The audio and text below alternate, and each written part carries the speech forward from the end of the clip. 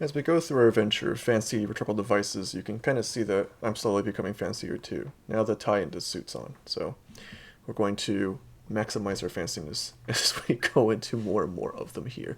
So in this one, it's just a continuation. It's a much shorter list than the previous one here, but just a couple more devices to consider for the pursuit of the more sophisticated, more difficult devices here, the Latinists, right? Things that authors will do that you recognize already. You can kind of see the logic of them, but you might not know the name of them here. Here's a couple of more terms for you. Here's the first one, Eutropismus. You can tell, again, pronunciation is more the hard part here. It's basically numbering and ordering the parts under consideration, of figure division and of ordering. So if an author ever does like number listing, and we do this too, right? Like if you're a kind of earlier writer, will kind of do like firstly, secondly, thirdly. That's actually called Eutropismus. If you look at this example over here, in considering the siege, we should consider three things. First, are diplomatic alternatives exhausted? Second, do we have sufficient means to isolate the enemy? Third, would a siege achieve the desired effect? And you can kind of see what they're doing here, right? Making this listing and this breaking down of ordering here. So have you ever noticed this made by an author where they're kind of like breaking it down step by step, one by one, two by two, three by three? You can kind of attribute that to Eutropismus. Tripped on this word 3 times. Good God. Expeditio. Whew. Okay, I want to mess up all these, I'm pretty sure. After enumerating all possibilities by which something could have occurred, the speaker eliminates all but one. We also call this apophasis, and basically it's when you reject a bunch of different options until you finally get to the last one. So I'll give you like a real world example, and there's another example afterwards here. Let's say that you and your friends are thinking about where to go to eat, right? And your friend gives you like 3 options, and they're like, okay, well, of the fast food joints, McDonald's, Burger King, Wendy's, right? So you might be like, well, McDonald's, we've been eating quite a bit, and they don't have particularly good burgers. Burger King, their fries are debatable, constant contention by many others. Wendy's does not cut corners, as you can see from their square burgers, so we should eat Wendy's. So in this case, basically what they're doing is rejecting a bunch of other options until they finally resolve on their single one there. So in action, let's say you're in an interrogation room, right? And the interrogator says, you either made, purchased, or stole the bomb.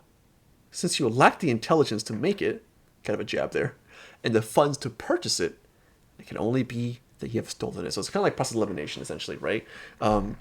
Expeditio basically is just kind of like, here are a couple of options, and I'm going to cut these down until I finally pinpoint on the singular one that is probably most likely to be the answer there. Hypocatastesis. Wow, the longest one's the easiest one. Anyways, hypocatastesis, a comparison or representation that does not include the subject thereof. So this is kind of a weird one. We oftentimes in simile say like, it's like something, right? Or we're comparing it to another thing. Whereas hypocatastasis is when we're making the comparison without that like or any sort of like indicating word. So if I said, for example, you beast, you chicken, it's suggesting that, what do you call it? How do I explain it? It's not like you are a beast suggests that you're like one, right? That you are similar. Whereas in hypocatastasis, if I said you beast, I'm eliminating the you are or the like or whatever, so that you are literally that beast there. And that comparison representation is stronger because I'm eliminating the comparison words there. I know it's very like technical, but that's what hypocatastasis is. It's basically like a simile, or not really metaphor, more so it's just simile, a comparison there where I'm making an elimination of those comparison words there. Diet Coke. The common joke is people always think Diet Coke, and I guess you can number it that way. Diet Coke, it basically is when you cut into 2 and double repeat. It's kind of like if epiphora and anaphora were part of the same family. So if you look at the sample sentence here, the horror, the famine that takes the lives of children across the world, the horror. And what it does is it reemphasizes the horror, essentially, right? So you know that the author, the speaker, whomever, is really emphasizing on the reaction to the situation, the horror. Very famous one, to be or not to be, right? And it questions existence. Should I be? Or should I not be? Diet Coke. Litotes. We had this already, I think, actually, in the previous slides. Yeah, we did. Also known as meiosis. But basically, it's when I'm using... Oh, that's not entirely true, actually. Meiosis is a little bit different. Meiosis is like straight up understatement, whereas litotes is using negative terminology to express contrary meaning. We do this a lot. If you look at this picture, sample picture here, this is our most common litote perhaps we use in daily usage here. Not bad. Rather than saying good, all we're doing is kind of like doing a double negative, right? It's like, it's not bad, suggesting that it is good then, right? So you might say something like, the novel's not bad, I actually enjoyed it. So I'm using this litote here where I'm using negative wording to express positive assertion. You're not wrong, so why don't you say you're right? I can't disagree with your logic. Why don't you say I agree with you then? The lesson is not that hard. To say it's easy. My car was not cheap, expensive. We use this like kind of negative terminology oftentimes in our language. I don't know. Americans are weird. English is weird. Example was from Abigail Adams here. She writes this letter to her husband, John Adams, and she says, I cannot say that I think you are very generous to the ladies. For whilst you are proclaiming peace and goodwill to men, emancipating all nations, you insist upon retaining an absolute power over wives. And she's kind of saying, like, I can't really say you're a good guy because you kind of still screw women over, right?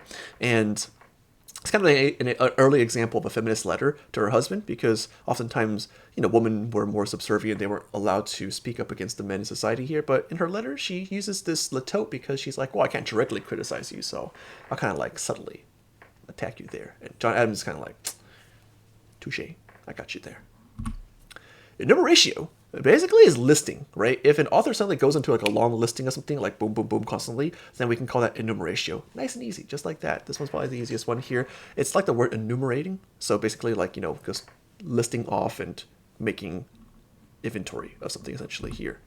Example sentence is an eulogy, example is a eulogy for Kennedy here, where they said, there is much to say, and much will be said about Ted Kennedy. The statesman, the master of the legislative process and bipartisan compromise, workhorse of the Senate, beacon of social justice, and protector of the people. And they go on and on to talk about who he is, right? And enumeration basically is kind of like just making a long listing of names, titles, issues, whatever they need to make the point of, just to kind of like overwhelm, to kind of show the depth and greatness of something there. So this is part 2 of the fancy. A couple more terms that, again, you know these. You've seen them before in some way or form, but now you have the name to it. And if you can find them on the AP exam, cool.